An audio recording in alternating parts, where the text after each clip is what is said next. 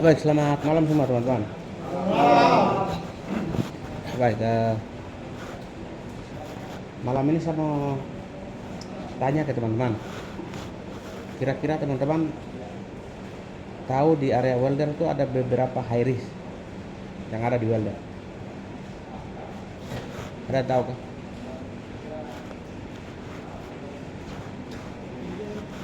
Pekerjaan yang beresiko yang paling tinggi. Kalau terjadi langsung mati.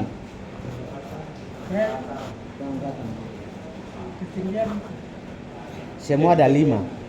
Nah, salah satunya ketinggian, keren, convent fish, energi lepas, bobot atau line boring. Jadi teman-teman, 5 high risk ini di saat kita kerja tuh pasti tetap kita akan lakukan. Yang perlu saya sampaikan tuh begini teman-teman.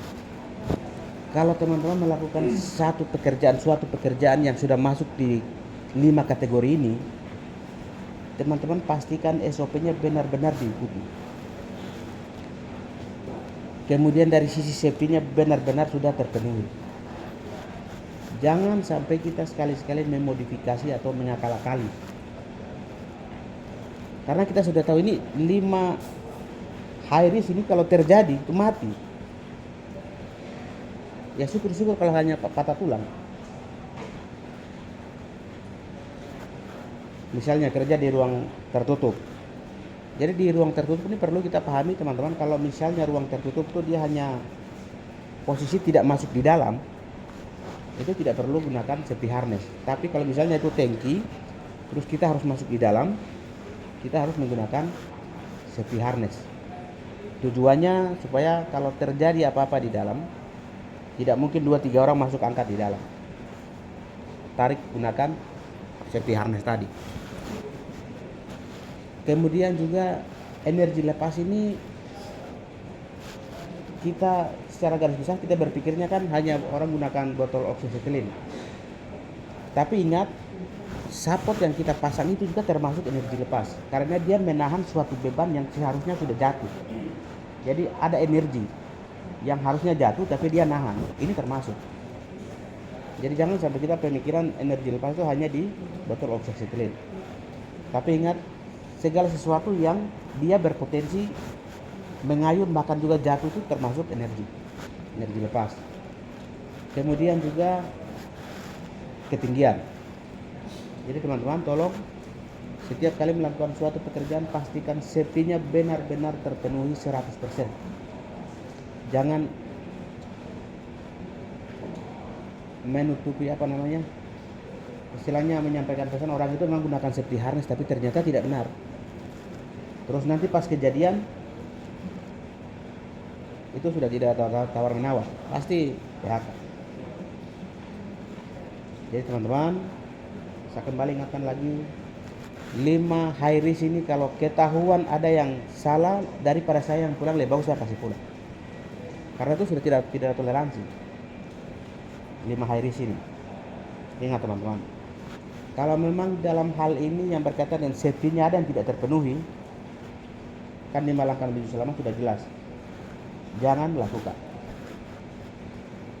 Kemudian jangan lakukan lalu kita tinggal diam, tidak, tapi kita harus komunikasi. Jadi teman-teman, jangan lupa apabila ada auditor ataupun orang-orang yang pihak sirep sering jalan audit di dalam, kalau tanya di welder ada berapa high risk? 5 high risk.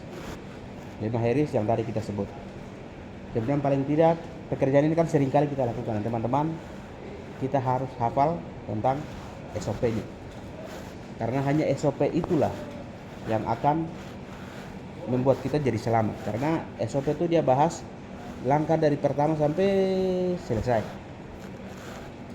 Ya kadang-kadang Kita bikin oke, tapi kenyataannya kadang-kadang juga kita lalai. Tapi mari teman-teman, setiap pembahasan mengenai safety tujuannya hanya satu, kita selamat.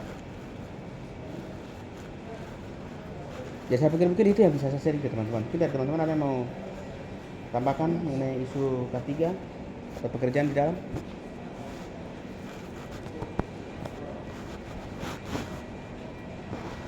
Baik, kalau tidak ada, terakhir teman-teman, apabila teman-teman mungkin dapat informasi dari rekan-rekan yang tidak masuk, jangan sampai teman-teman lupa langsung kasih tahu. Karena pengalaman yang lalu juga teman-teman masih ingat ya Pak Adek nih. Dia tidak telepon, tidak WA. Terus saya tanya, dia sebut orang yang tidak masuk, saya sudah telepon sama dia. Terus setelah orang itu masuk tanya, belum hati jari. Tapi ya teman-teman, kalau misalnya ya tidak masuk karena masalah keluarga dan lain sebagainya, teman-teman ada informasi, sebaiknya langsung ke pengawas dengan netting. Kalaupun teman-teman telepon tidak angkat, bisa sampaikan ke teman-teman lain, tapi teman-teman jangan sampai di situ teruskan. Tapi mungkin itu saja. Kalau dari teman-teman tidak ada yang mau menambahkan, pikir cukup teman-teman seperti biasa. Sebelum kita masuk beraktivitas, kita berdoa agar kita diberi keselamatan. Dari malam ini sampai kita pulang, teman-teman silakan berdoa menentang keyakinan masing-masing. Berdoa mulai.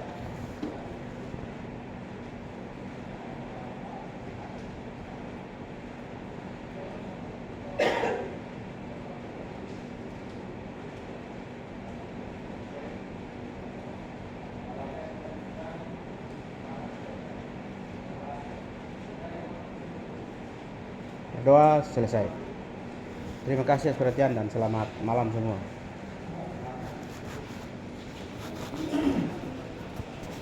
Ayo yang tidak punya HP langsung berdiri sudah.